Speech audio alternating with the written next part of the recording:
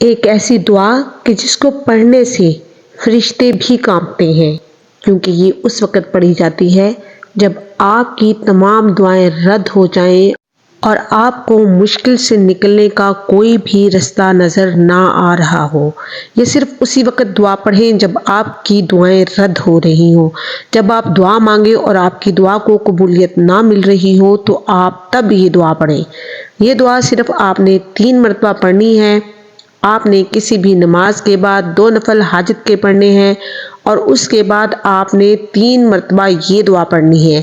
آپ اس دعا کو روزانہ بھی پڑھ سکتے ہیں، 3 دن مسلسل پڑھیں، انشاءاللہ آپ کی بڑی سے بڑی جو بھی حاجت ہوگی، آپ کی بڑی سے بڑی جو بھی دعا ہوگی، انشاءاللہ وہ اللہ تعالیٰ کے ہاں قبول و منظور ہو جائے گی۔